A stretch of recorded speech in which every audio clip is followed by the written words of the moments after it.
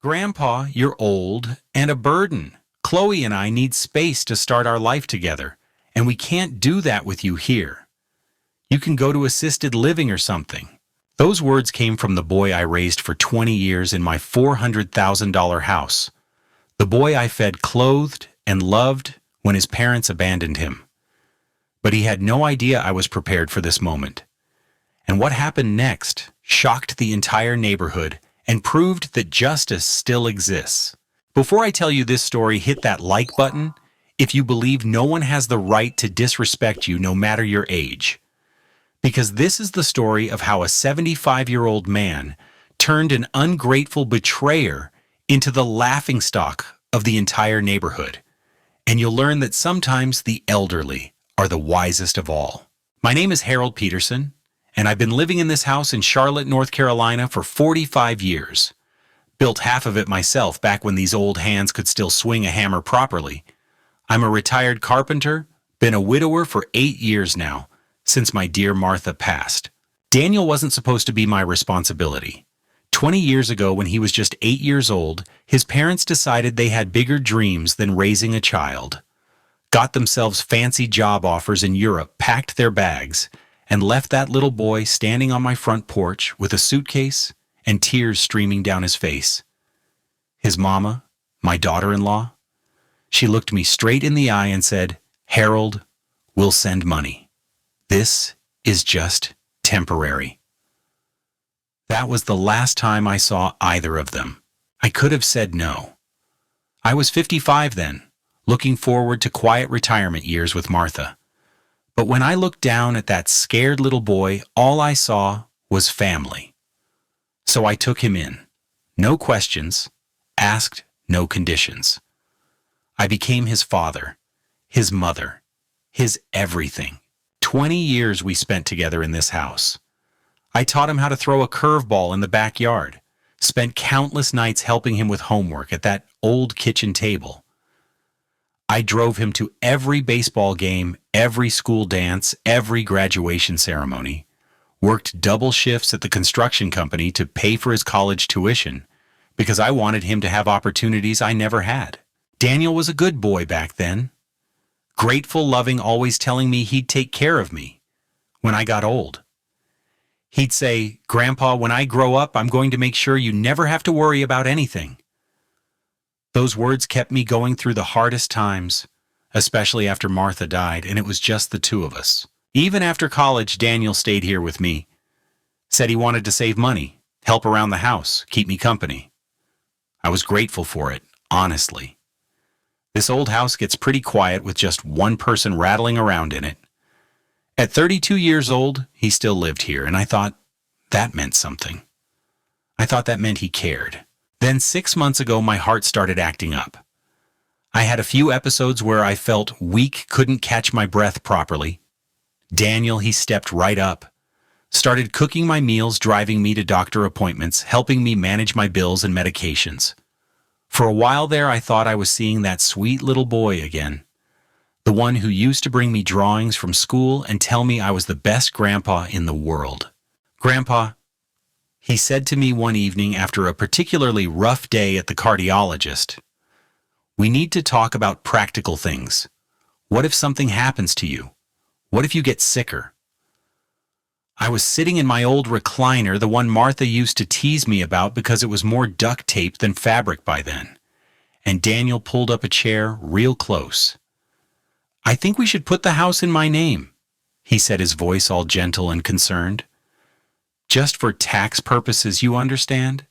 Make things easier if anything happens to you." I should have listened to that little voice in my head that was whispering warnings. Should have paid attention to the way his eyes kept darting around the room like he was already measuring it for new furniture. But I was tired, so tired from being sick and scared, and this was Daniel. This was the boy I'd raised, the one who promised to take care of me. So when he brought those papers from the lawyer's office the next week, I signed them without reading every line. I trusted him completely. The funny thing is, my health started improving pretty quickly after that. Heart medication kicked in, energy came back, And within a couple months, I was cooking my own meals again, tending to my garden, feeling more like myself than I had in years. I thought Daniel would be happy about that. I thought wrong. I signed those papers thinking I was protecting our family legacy. I had no idea I was signing my own eviction notice. What happened next will make your blood boil. Now I need to tell you about the rest of my family because understanding them is key to understanding how everything fell apart. Daniel wasn't my only grandson. He had a daughter, Sarah, who was 22 at the time and finishing up her senior year at UNC Chapel Hill. That girl was the light of my life, smart as a whip and twice as beautiful. She'd been splitting her time between the dorm and coming home on weekends and breaks, and let me tell you, she noticed things. Sarah had always been observant, even as a little girl, and lately she'd been giving her father some strange looks when she thought nobody was watching. Then there was Marcus, Daniel's older brother, 4 years older to be exact, and about as different from Daniel as night and day. Marcus had made something of himself out in California, worked his way up to partner at some big architecture firm in San Francisco. He called me every month like clockwork, always asking how I was doing, how Daniel was treating me, whether I needed anything. But visits, those were rare. Maybe once a year if I was lucky, usually around Christmas. Distance and a busy career, he always said, and I understood. But I sometimes wondered what Marcus would think if he knew what was really going on in this house. For years, I'd been the anchor holding this family together. When Daniel's parents left, I stepped in. When Marcus needed college money, I helped. When Sarah was born and Daniel was struggling as a young single father, guess who babysat and helped with midnight feedings? Me. I was the one everyone turned to when life got complicated, the reliable one, the steady one. And I was proud of that role, honestly. It felt good to be needed, to be the foundation everyone could count on. But about 2 months ago, something shifted. My heart condition had stabilized completely. Dr. Martinez was amazed at my progress. "You're healthier than patients half your age," he told me.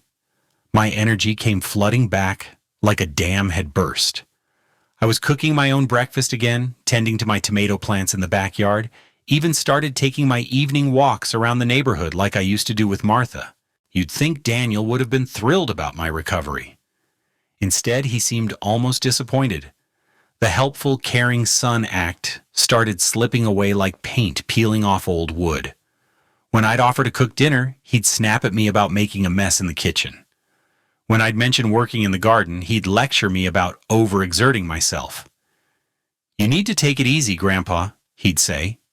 But his tone wasn't concerned anymore. It was irritated, like my health was somehow inconveniencing him. That's when Chloe started coming around more often.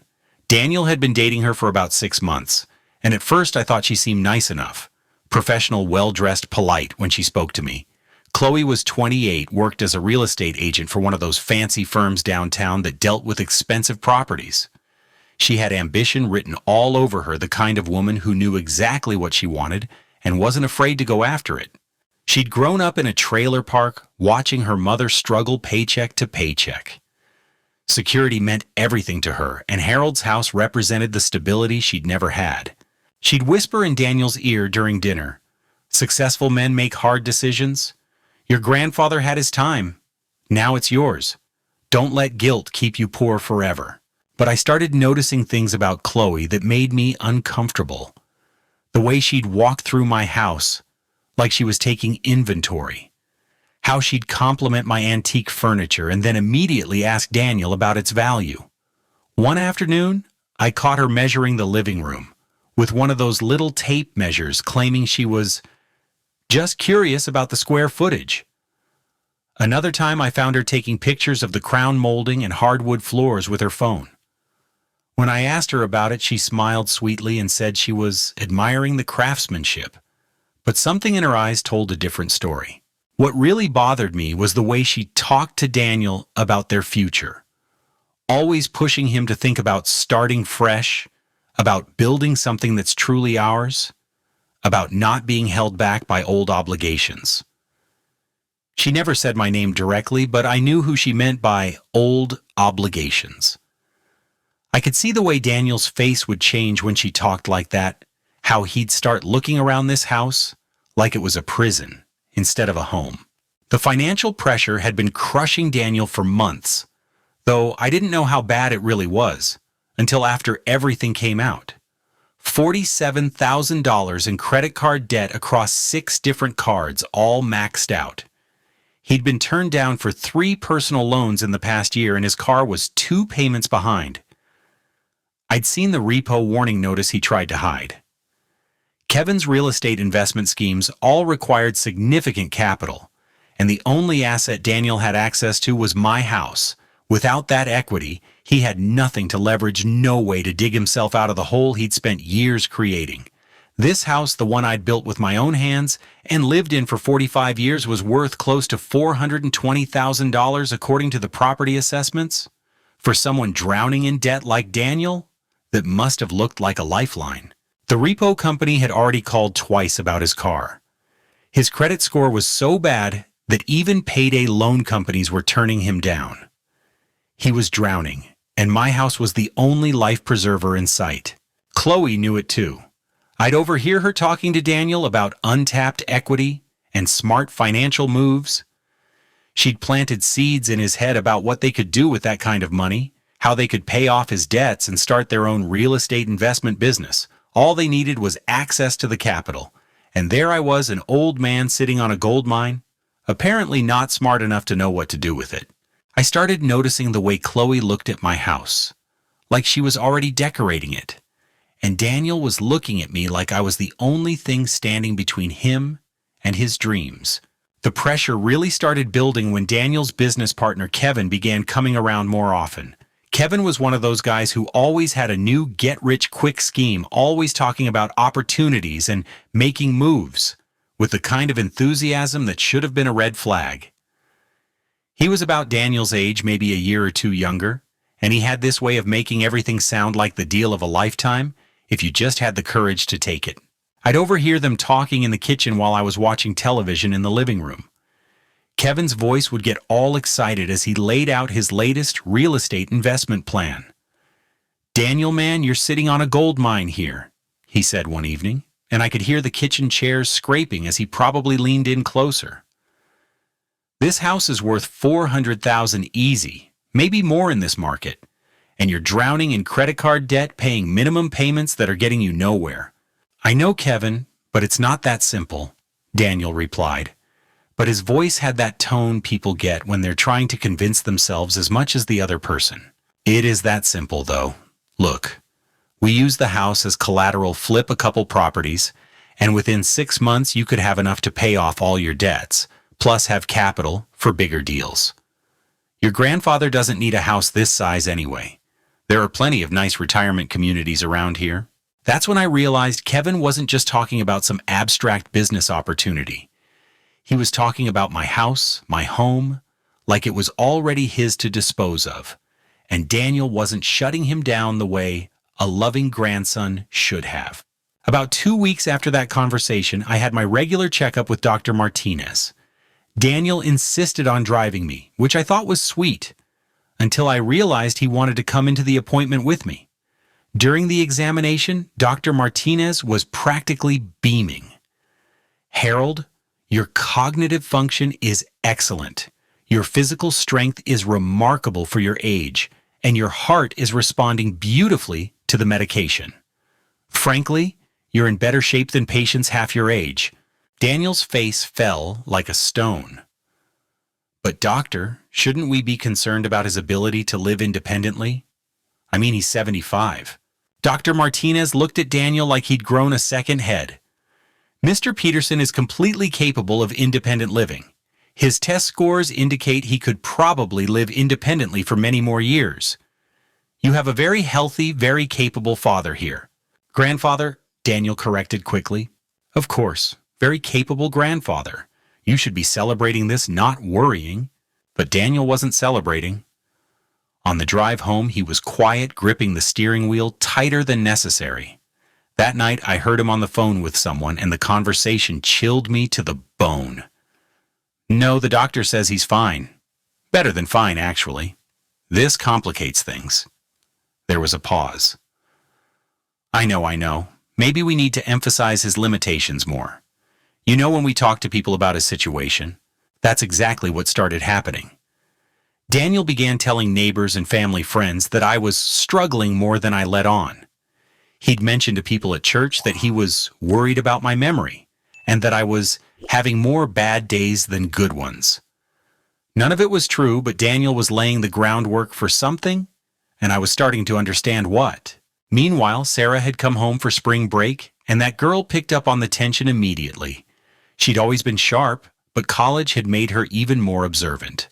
I noticed her watching her father carefully, the way you watch someone when you sense something's wrong but can't quite put your finger on it. "Grandpa," she asked me one afternoon while we were sitting on the back porch, "is everything okay between you and Dad? Something feels different around here." I didn't want to worry her, so I just said things had been a little stressful lately with my health scare, but she wasn't buying it. "You seem healthier than you've been in months," she said. "But Dad seems more stressed than when you were actually sick." That's when Sarah started doing something that would prove to be crucial later on. She began recording conversations on her phone when she visited. In North Carolina, one-party consent recording is completely legal, and Sarah knew her evidence would hold up if things went south. Not obviously just keeping her phone nearby with the voice recorder running when things got tense. Smart girl, that one. She'd inherited more than just her great-grandfather's suspicious nature. What started as casual observation became systematic documentation when she realized her father was planning something terrible. The conversation she captured that really opened her eyes happened on a Sunday afternoon when Daniel and Chloe thought she was upstairs taking a nap. Sarah had left her phone in the kitchen while she went to use the bathroom, and when she came back, she found it had recorded 10 minutes of Daniel and Chloe planning their future. "Once we have the house to ourselves," Chloe was saying, "we can renovate the master bedroom, maybe knock out that wall to make it bigger. This place has so much potential." "It's not that simple, Chloe. He's not going to just leave. Then we make it clear that it's time for him to go.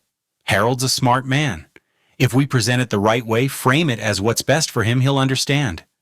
There are some very nice assisted living facilities around here. And if he doesn't want to go, Daniel, you own this house now. Legally, you can make that decision. It's not like he has anywhere else to go anyway." Sarah told me later that listening to that conversation made her physically sick. "Dad seems angry that Grandpa is getting better," she confided in me weeks later when everything came out. "It's like he was hoping you'd get worse, so his plans would be easier. I thought I was getting my life back. My health was returning, my energy was back. I was feeling more like myself than I had in months. But instead of celebrating with me, my own grandson was plotting against me. The betrayal was coming, and I was walking straight into it." The conversation that changed everything happened on a rainy Tuesday evening in March. I was sitting in my recliner reading the newspaper when Daniel came into the living room with a manila folder in his hands and that serious expression he got when he was about to discuss something important. "Grandpa, we need to talk about some practical matters," he said, pulling up the ottoman so he could sit close to me. "What kind of practical matters?" I asked, folding the paper and giving him my full attention. "Well, it's about the house, about estate planning, tax benefits, that sort of thing." He opened the folder and pulled out several official-looking documents. "I've been talking to a lawyer about ways to protect our family assets, and he suggested we transfer the deed into my name. It's just paperwork, really, but it could save us thousands in taxes down the road." Something about the way he said it made my stomach tighten. "Daniel, this house has been in my name for 45 years. Why would we need to change that now?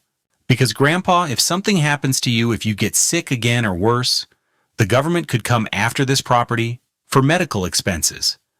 But if it's already in my name, we avoid all that. Plus, there are significant tax advantages for transfers between family members." He was using that patient voice people use when they're explaining something to a child, and I didn't like it one bit. "I don't know, Daniel. This feels rushed. Maybe I should talk to my own lawyer first."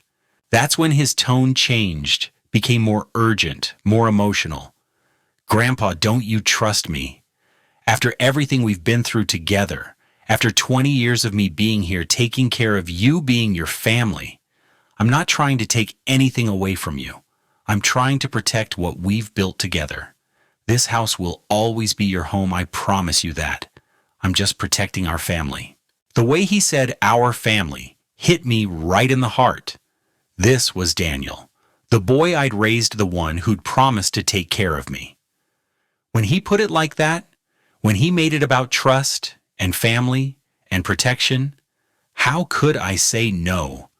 My instincts were screaming that something was wrong, but my love for him was louder. Where do I sign? I asked, and I watched relief flood his face as he handed me the pen. 3 days later, my phone rang. It was Elliot Bramwell, the lawyer who'd been handling my affairs for 30 years. Elliot was more than just my lawyer. He was a friend, someone I trusted completely. Harold, he said, I just got notification about a property transfer. Did you recently sign your house over to Daniel? Yes, just some tax planning stuff Daniel set up. There was a long pause on the other end of the line. Harold, something about this transfer makes me nervous. I've been practicing elder law for 20 years, and I've seen situations like this before. Would you mind if I took a look at the paperwork? I suppose that would be all right. Good. And Harold, I'd like to suggest something. Let me bury some standard elder protection clauses in the legal language. Most people skip the fine print. They'll never notice unless triggered. There are clauses we can include that would automatically revert the property back to you if certain conditions are met. Things like if you're ever forced to leave the property or denied residence rights. Do you think that's necessary, Elliot? Let's just say it's better safe than sorry. These protections are common in family transfers, and honestly, if Daniel has nothing but good intentions, he'll never even know they exist. But if something goes wrong, you'll be protected. I thought about it for a moment. All right, go ahead and add whatever protections you think are appropriate, but I'm sure we won't need them. I hope you're right, Harold. I really do. While I was putting my trust in Daniel and taking precautions with Elliot, Sarah was conducting her own investigation. That girl had inherited her great-grandfather's suspicious nature, and she'd started documenting everything she overheard with her phone. The recording that really shook her happened the following weekend when she was home doing laundry. She told me later that she'd left her phone on the kitchen counter while she went down to the basement to switch loads, and when she came back up, she realized it had been recording the entire time Daniel and Chloe were having coffee at the kitchen table. The paperwork went through, Daniel was saying. The house is officially in my name now. That's wonderful, honey. So when do we start making our move? Chloe asked. Soon. I just need to figure out the best way to approach it. Maybe if I frame it as what's best for his health, like he'd be happier around people his own age, more social opportunities, better medical care on site. What if he refuses to go, Chloe, I own this house now. Legally, I can make that decision. And honestly, once the old man is out, we can renovate this place and flip it for at least $500,000 in this market. Kevin already has buyers lined up. Sarah said listening to that conversation made her feel physically sick. Her own father talking about her beloved great-grandfather like he was just an obstacle to be removed. That night, she made a decision that would change everything. She called her Uncle Marcus in California. Uncle Marcus, it's Sarah. I need to talk to you about something serious. It's about Dad and Great-Grandpa, and I think Dad is planning something terrible. Marcus later told me the conversation lasted 2 hours. Sarah played him the recordings, told him about the deed transfer, about the way Daniel's attitude had changed, about Chloe's obvious interest in the property value. By the end of that call, Marcus was booking a flight home. But Sarah didn't wait for Marcus. The next evening, she walked into the kitchen where I was having my coffee and quietly placed her phone on the table. Great-Grandpa, you need to hear this, she said, her voice shaking. She played me the recording of Daniel and Chloe planning my removal. I've been documenting everything. When the time comes, we'll have proof. While I was trusting my grandson with our family legacy, my granddaughter was uncovering a plot that would shatter everything I believed about family. The countdown to betrayal had begun. 2 weeks after I signed those papers, Daniel came home with an announcement that should have been my first real warning. "Grandpa," he said, setting down a couple of suitcases by the front door. "Chloe's going to be staying with us for a while, just temporarily while we look for our own place." I wanted to ask why they needed to look for their own place when they were both living rent-free in a 4-bedroom house, but I kept my mouth shut. Chloe moved in that very evening, and within days it felt like I was living in someone else's home. Her makeup covered my bathroom counter, her clothes hung in what used to be Martha's closet, and her fancy coffee machine took up half the kitchen counter space. "Harold," she said to me one morning, as I was trying to make my usual breakfast of eggs and toast, "would you mind eating in the dining room? Daniel and I like to have our coffee and discuss our day in the kitchen. It's become our little routine."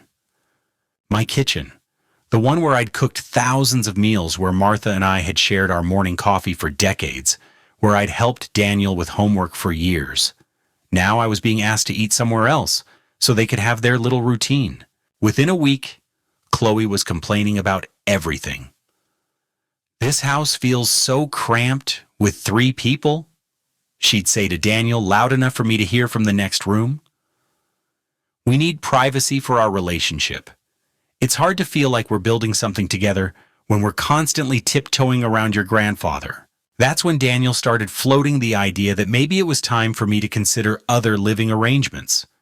"Grandpa, there are some really nice senior living communities around here, places where you could have your own apartment, but also have people around activities, maybe make some friends your own age. Wouldn't that be nice? I'd lived in this house for 45 years.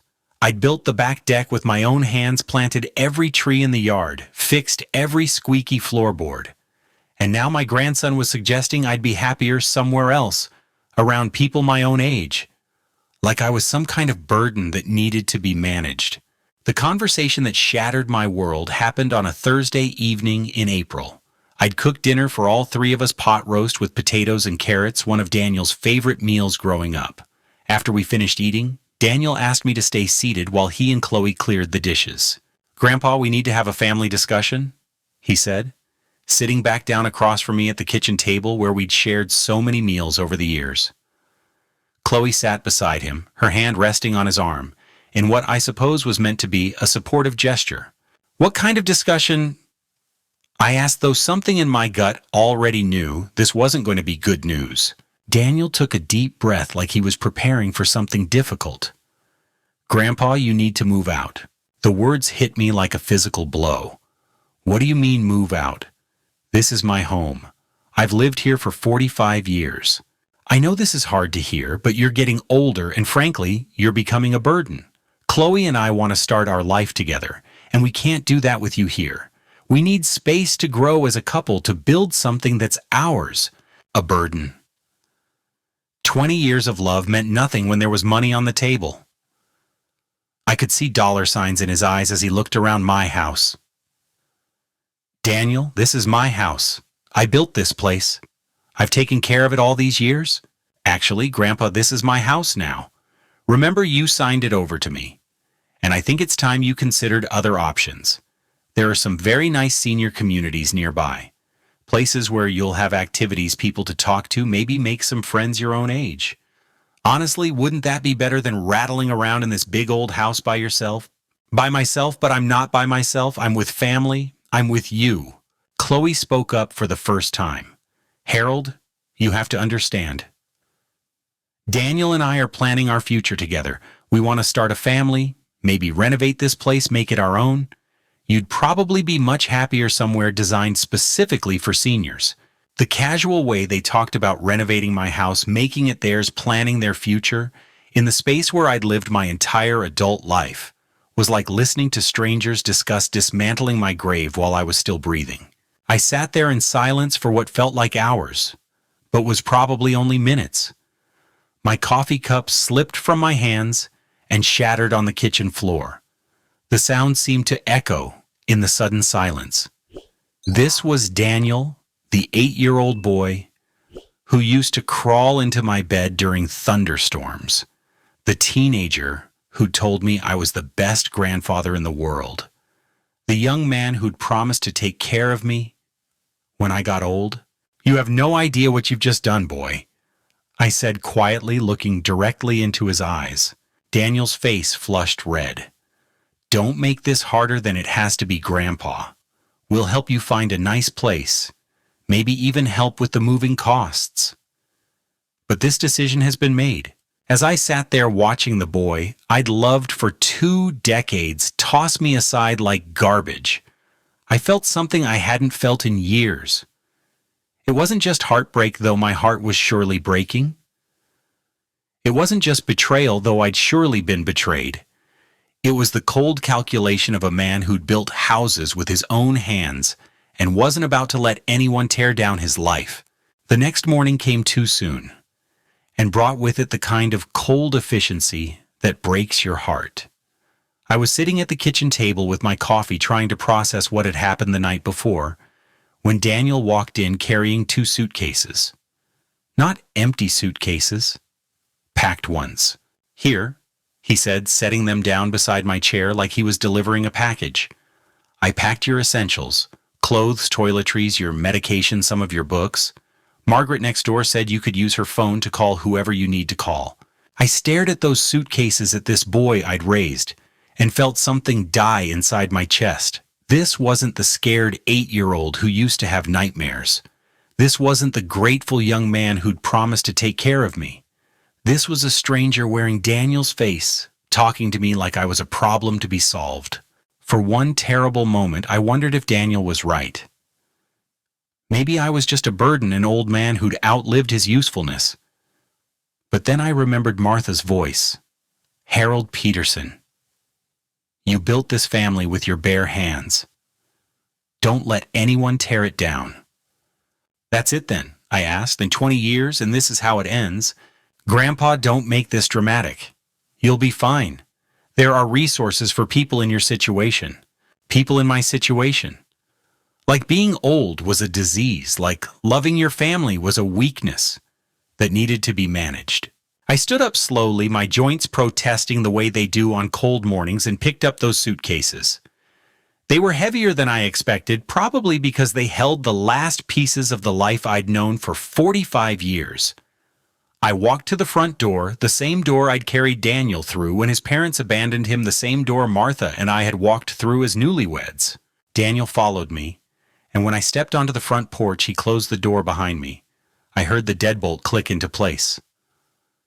Standing there on my own front porch, with 2 suitcases and nowhere to go, I realized I was officially homeless. Margaret Thompson had been my neighbor for 15 years, ever since she and her husband Frank moved in next door.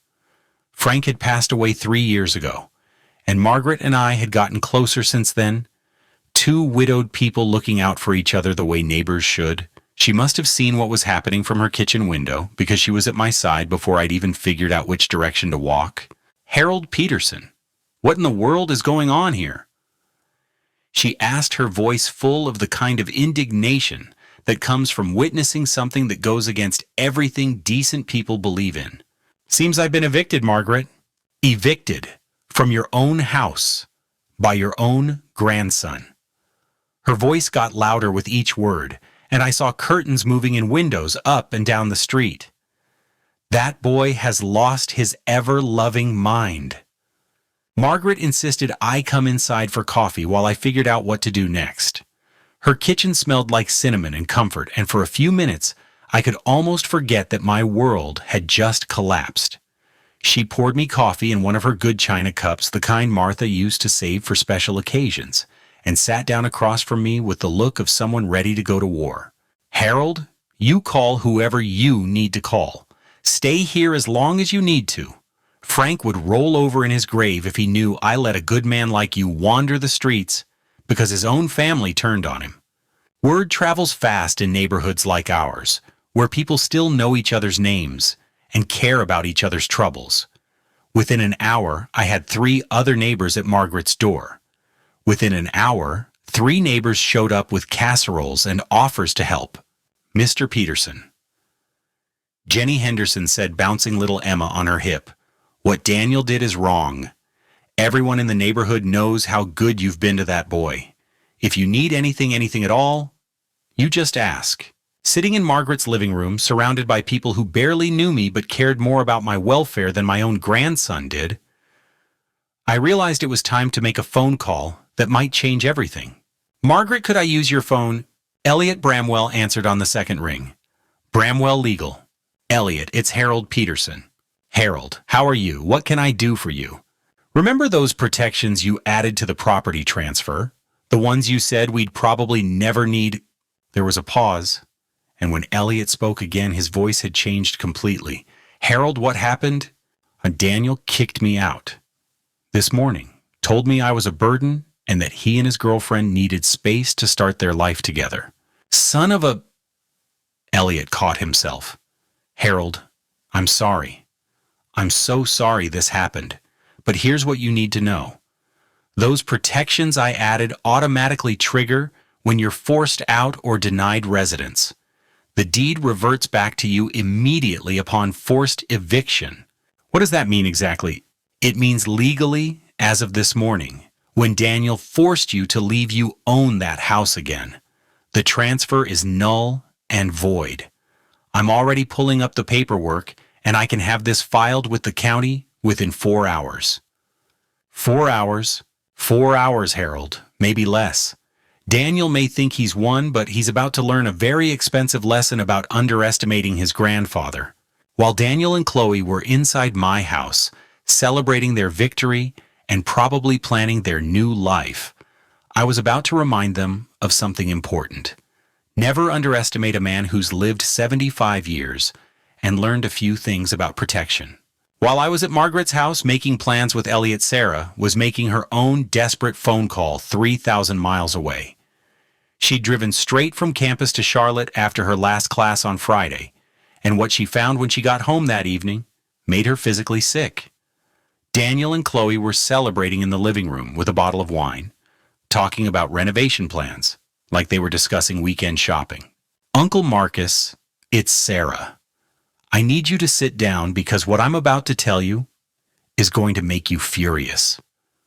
She was calling from her car in the driveway, not wanting Daniel to overhear. "Dad kicked great-grandpa out of his own house this morning, threw him out with 2 suitcases like he was some kind of vagrant. Marcus told me later that he'd been in a client meeting when his phone rang, and normally he would have let it go to voicemail. But something about the urgency in Sarah's voice made him excuse himself and take the call." "What do you mean he kicked him out?" "That's Harold's house. Not anymore. Dad somehow got great-grandpa to sign the deed over to him, and now he's using that to force him out. Uncle Marcus, you should see the way Dad and Chloe are acting. They're treating this like some kind of victory party." "Sarah, slow down. Tell me everything from the beginning." That's when Sarah played him the recording she'd been making. Hours of conversations between Daniel and Chloe talking about Harold, like he was a piece of furniture they needed to get rid of, discussing renovation plans, calculating property values, planning their future in a house that had been built by the man they just discarded. Marcus dropped everything, canceled his meetings, called his assistant to reschedule his entire week, and booked the first red-eye flight he could find to Charlotte. "I'll be there tomorrow morning," he told Sarah. "Don't let your father know I'm coming." At 6:30 the next morning, Marcus was standing on my front porch, and he was madder than I'd ever seen him.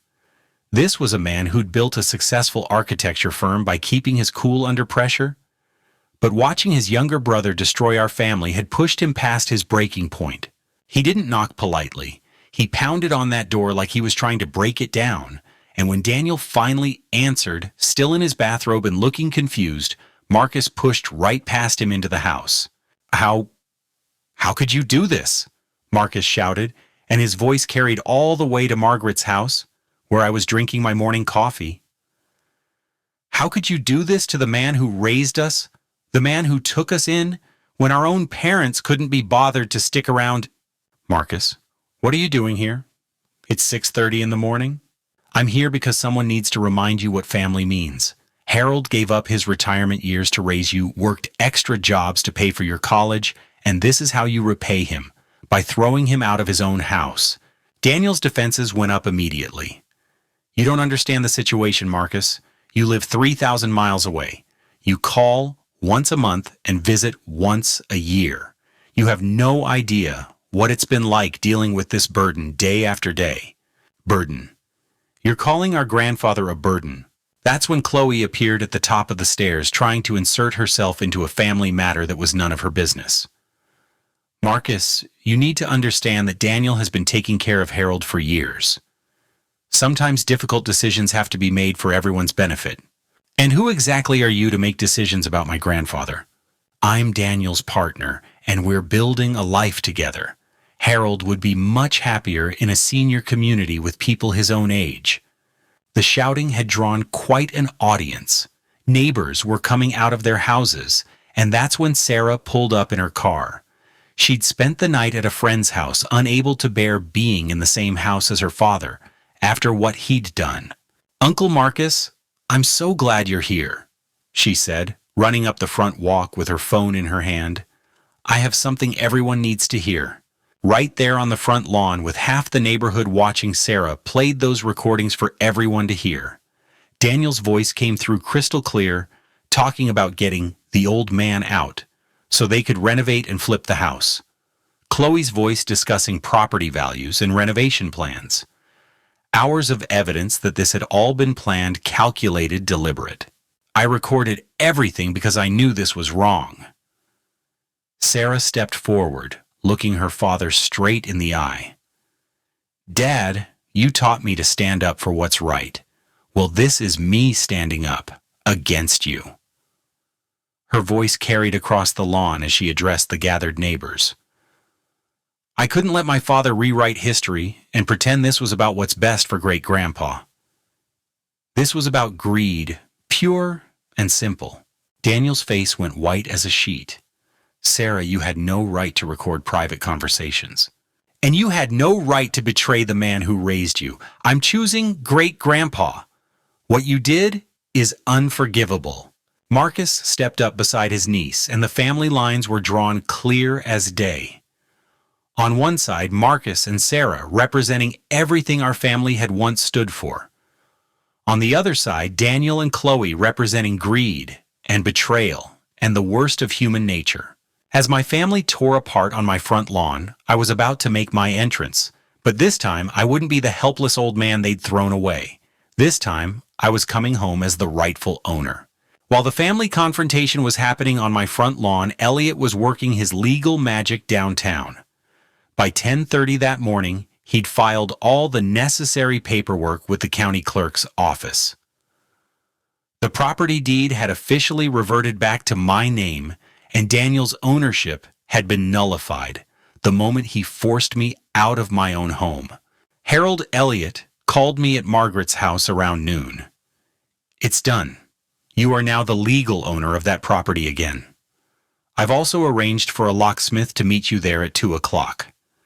New locks, new keys, and a very clear message that Daniel's little power play just backfired in spectacular fashion." The locksmith was a nice young man named Tommy, who'd actually done some work for me a few years back when my back door lock started sticking. He remembered me, and when I explained the situation, his face darkened. "Mr. Peterson, I got to say what your grandson did to you ain't right, but don't you worry. I'm going to make sure this house is locked up tighter than Fort Knox." Tommy changed every lock on the property. Front door, back door, side gate, even the locks on the shed where I kept my tools. He handed me a complete set of new keys and shook my hand. "There you go, sir. Welcome home." Walking up to my own front door with those new keys in my hand was one of the most satisfying moments of my 75 years on this earth. I slid that key into the lock, turned it smoothly, and stepped back into the house I'd built with my own hands. Everything was exactly as I'd left it, except for Chloe's belongings scattered around like she owned the place. I spent the afternoon quietly moving her things into boxes and setting them on the front porch. Not out of spite, mind you, but because this was my house again, and I didn't want her possessions cluttering up my space. Then I sat in my old recliner and waited. Daniel and Chloe came home around 7 that evening, probably from some celebration dinner where they'd toasted their successful eviction of the old man. I watched through the living room window as Daniel walked up to the front door, fishing his keys out of his pocket, with the casual confidence of someone who thought he owned the place. The confusion started immediately. His key wouldn't go into the lock. He tried it several times, turning it different ways, thinking maybe he was using the wrong key. Then I saw him check the house number, like maybe he'd somehow walked up to the wrong door after living here for 20 years. "Chloe, something's wrong with the lock," I heard him say through the door. "What do you mean wrong with the lock?" "The key won't go in. It's like someone changed the locks." That's when reality started to hit them. Daniel began pounding on the door, rattling the handle, his voice getting more desperate by the second. "What the hell? Why won't this work?"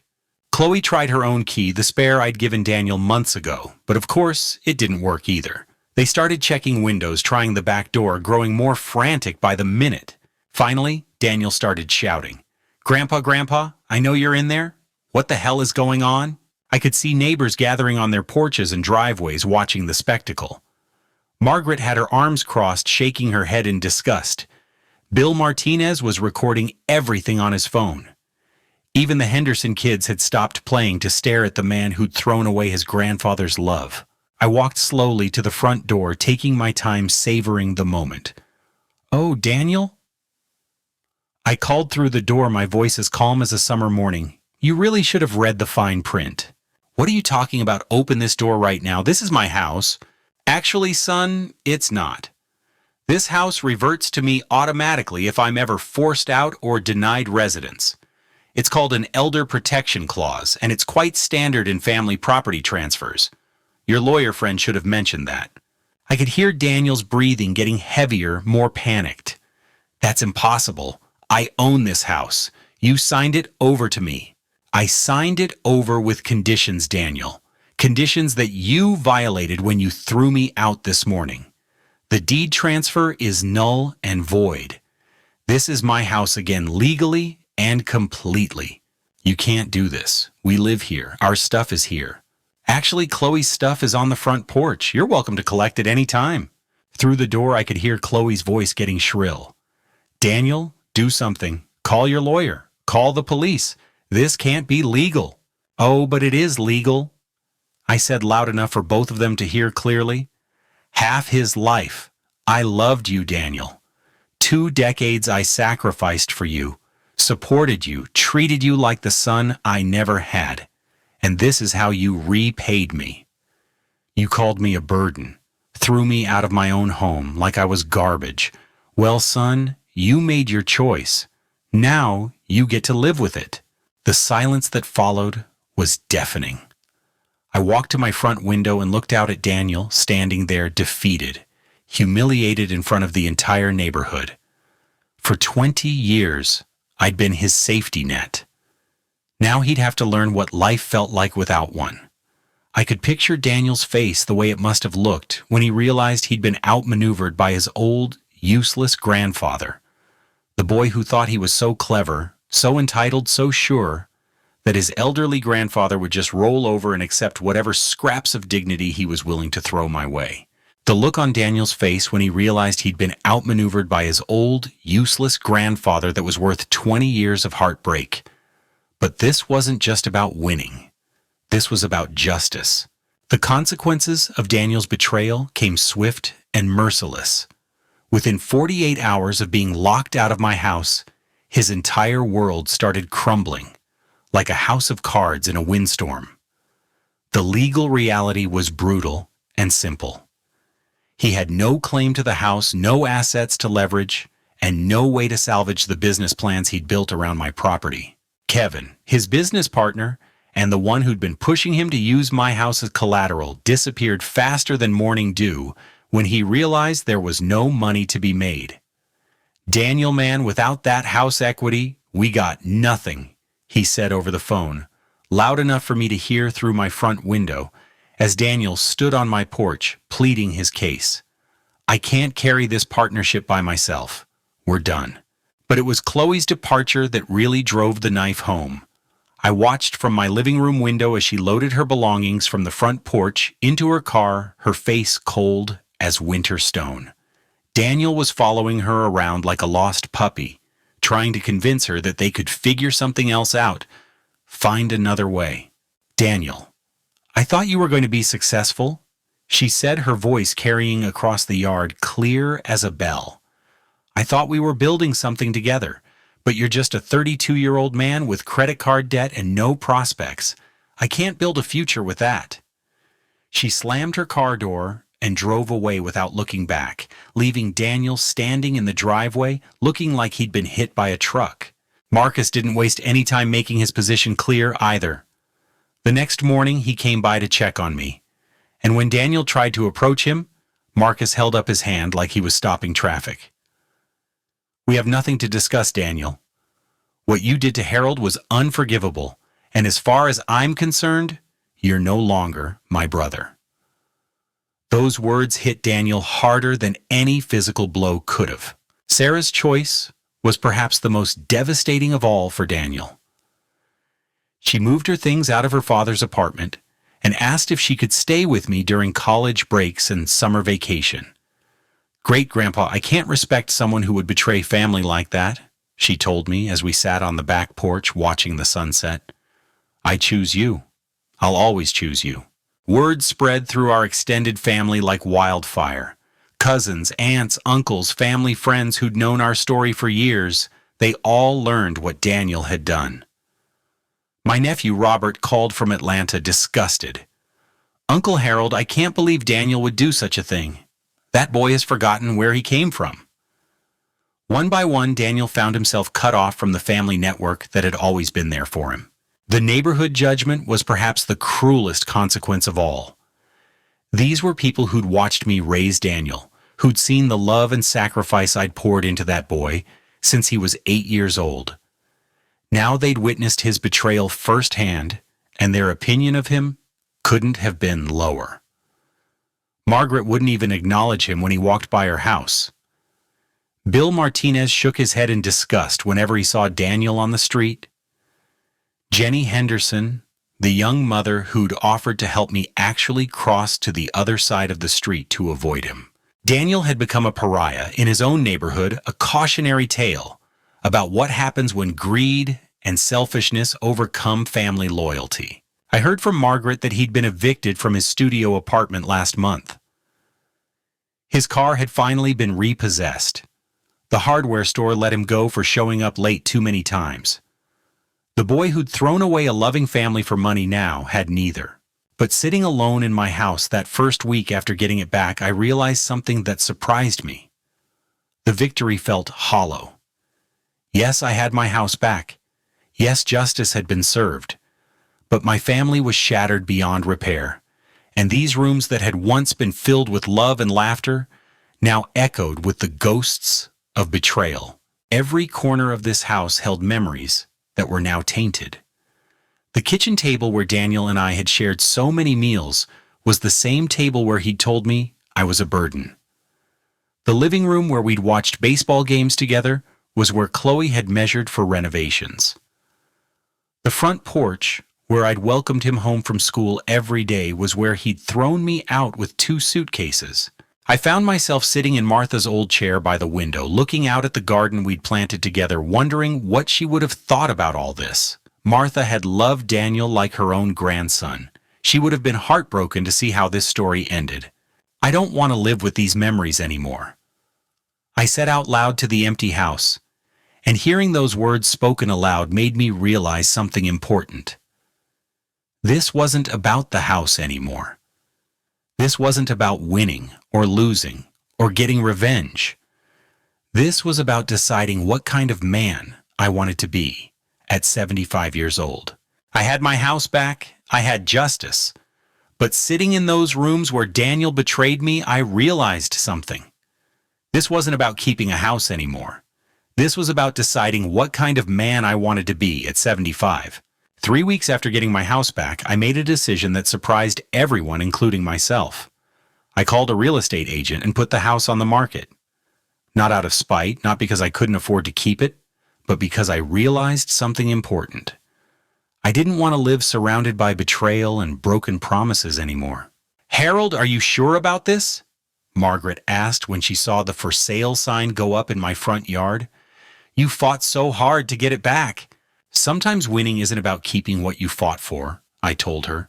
Sometimes it's about having the power to choose what comes next. The house sold within 2 weeks for $420,000, even more than the appraisals had suggested. Cash offer, no contingencies. The buyers were a young couple with 2 small children who reminded me of Martha and myself 45 years ago, full of hope and dreams about building a life together. With that money in the bank, I had choices I'd never had before. Real choices. And the choice I made was Sunset Manor, a retirement community about 10 miles south of Charlotte. Not because anyone was forcing me to go there, not because I was too old or too sick to live independently, but because I wanted to.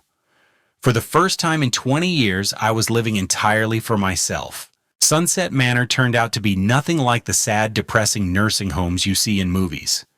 This place was alive with activity and energy. Within my first week, I'd signed up for oil painting classes, something I'd always wanted to try, but never had time for when I was busy raising Daniel. Turns out I had a natural talent for landscapes, probably from all those years working with my hands. The travel group caught my attention next. A bunch of us seniors who still had wanderlust in our hearts, planning trips to places I'd only dreamed about visiting. We took a bus trip to Savannah that first month, and I found myself laughing harder than I had in years, surrounded by people who appreciated good conversation and didn't see age as a limitation. Thursday nights became poker nights in the community room, and I discovered I had a gift for reading people that served me well at the card table. Made some good friends around that table too, especially Walter Jenkins, a retired electrician from Asheville, who had stories that could keep you entertained for hours. I'd even started dating again. A lovely widow named Rose, who appreciated a man with stories to tell. At 75, I was having adventures I'd never imagined possible. Sarah visited every weekend, just like she'd promised. Sometimes she'd bring friends from college, and they'd all sit around listening to my stories, like I was some kind of celebrity. "This is my great-grandpa," she'd say with pride in her voice. "He's basically the coolest person I know." Those visits filled my heart in ways I hadn't expected. Dr. Martinez was amazed when I came in for my 6-month checkup. "Harold, I don't know what you're doing, but keep doing it. Your blood pressure is excellent. Your heart function has improved even more. And frankly, you seem happier and healthier than patients half your age. What's your secret?" "I learned to live for myself instead of waiting for other people to appreciate me," I told him. Sometimes losing everything helps you find yourself. That's what I learned at 75 years old. For 2 decades, I'd defined myself by how much I could give to Daniel, how much I could sacrifice, how useful I could be to someone else. But when he threw me away like garbage, I discovered something wonderful. I was enough all by myself. Real family doesn't abandon you when you're vulnerable. Real family doesn't call you a burden when you need support. Real family doesn't throw you out of your own home for the sake of convenience and profit. Daniel taught me that lesson the hard way, but it was a lesson worth learning. At 75, I learned it's never too late to stand up for yourself and start fresh. Age is just a number. And as long as you've got breath in your lungs and fire in your heart, you can rebuild your life into something beautiful. As for Daniel, well, last I heard he was living in a studio apartment across town, working at a hardware store, still trying to pay off those credit card debts. Chloe married a real estate developer 6 months after she left him, but her real estate license was suspended after complaints about her aggressive tactics. Word travels fast in small industries. Kevin found a new business partner with actual assets, but his reputation never recovered. Other investors avoided him like the plague once word of his failed schemes spread through Charlotte's real estate community. The family he betrayed for money moved on without him, and the money never came. That's the thing about burning bridges. You can't rebuild them just because you finally realize you need them. Here's what I learned. Family isn't about blood or obligation. It's about respect, love, and loyalty. When someone shows you who they really are, believe them. And remember, you're never too old to start over, never too old to stand up for yourself, and never too old to choose happiness over toxic relationships. If this story touched your heart, please subscribe and share it with someone who needs to hear it. Leave a comment about your own family experiences, the good and the challenging. Tell me about the times you had to stand up for yourself, or the times someone stood up for you. And remember, no matter your age, you're never too old to demand respect and start over. Sometimes the people who call you a burden are the real burden themselves. Thank you for listening to my story.